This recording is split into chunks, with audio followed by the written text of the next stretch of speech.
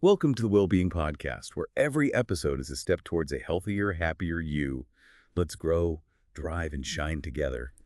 And hey, don't forget to subscribe and like the Wellbeing Podcast. Share your thoughts too. Let us know in the comments what topics you'd love us to cover next. It feels like there's so much pressure these days to be, productive all the time. It just feels wrong sometimes to just stop, to do nothing. Like every single minute has to count for something, doesn't it? Oh, absolutely. That pressure is definitely there. This idea that we need to be constantly on, constantly achieving. But that feeling you mentioned, that maybe those quiet moments, those times we think we're wasting, might actually hold some value. That's exactly what we're going to dig into today. Okay, good. Because you shared some really interesting research, didn't you? Studies and examples looking right at this. Exactly. We've got research studies, survey data, even some real-world examples. Our mission, really, for this deep dive is to understand how these seemingly unproductive moments can actually boost your well-being, spark your creativity, maybe even lead to success in ways you wouldn't expect. Right. So first up, creativity. That's one thing that really jumped out. The idea that maybe constant focus isn't the best way to solve creative problems, it seems backward almost. It does seem counterintuitive, yeah. But the science behind it is fascinating. It involves something called the default mode network in the brain, the DMN. The DMN. Okay. Yeah, it gets more active when your mind isn't focused on a specific external task, when you're daydreaming, mind wandering. And there was that study, I think, from UC Santa Barbara, linking activities that are, not very demanding mentally, linking those to better creative problem solving afterwards. That makes so much sense. I mean, how many times have you been stuck on something, you walk away, maybe do the dishes or something mindless, and boom, the answer just pops into your head? Exactly. It's like giving your brain the space to make connections it couldn't when you were forcing it. And what about that statistic? Something like 72% of people get their best ideas in the shower.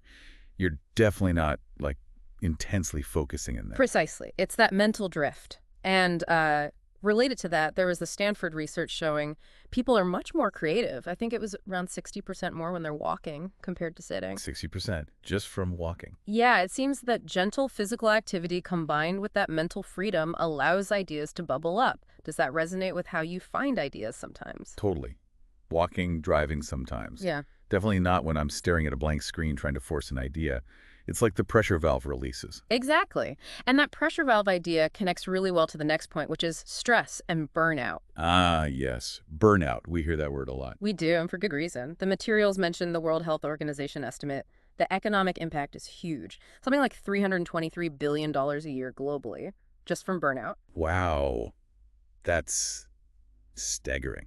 It really shows the cost of pushing ourselves too hard, doesn't it? It really does. And this is where those seemingly unproductive breaks come in again. They're not just nice to haves. They seem crucial for resetting the brain. So like hitting a pause button mentally. Kind of, yeah. Mm.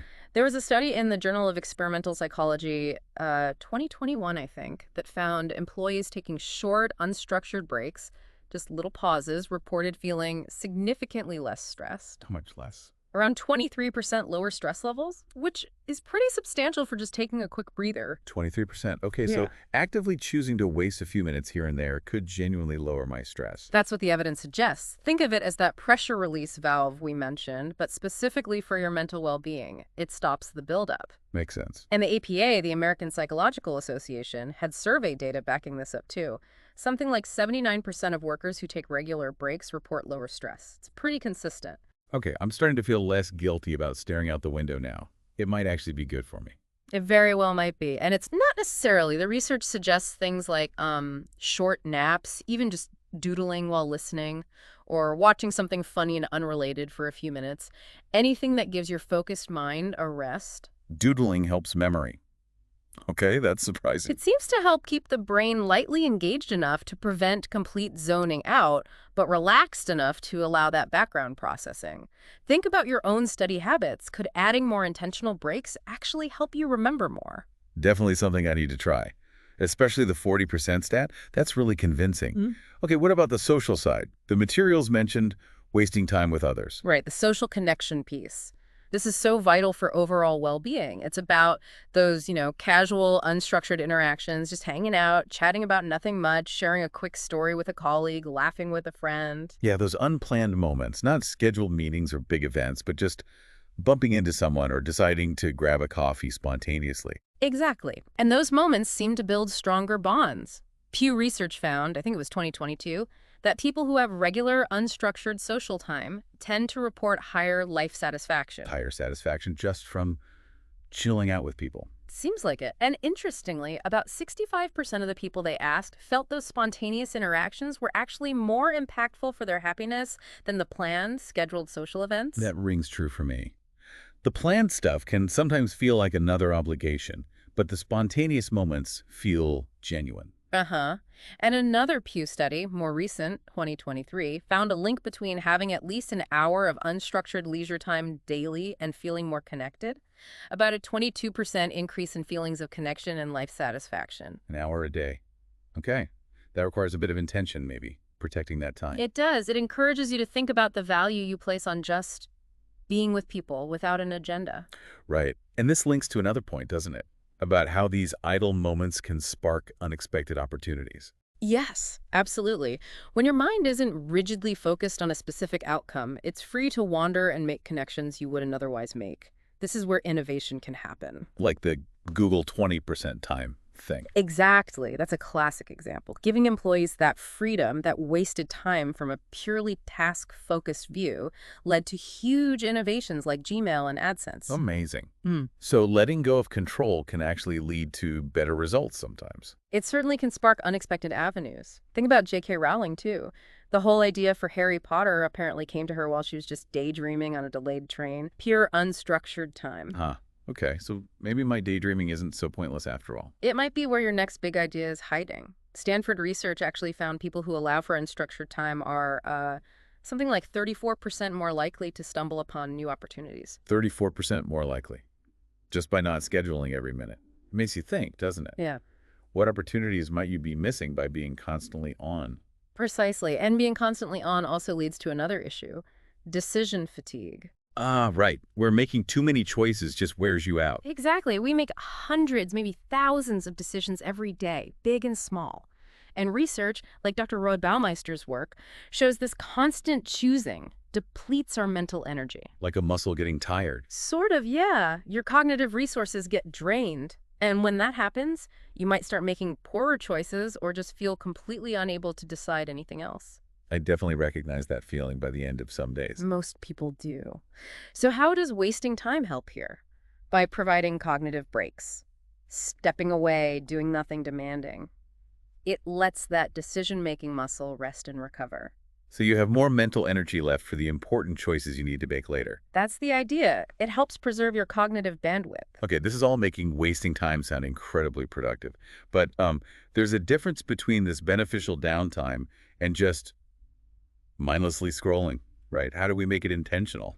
That's a crucial distinction. Intentional time wasting is about choosing activities consciously because they help you relax or recharge without guilt.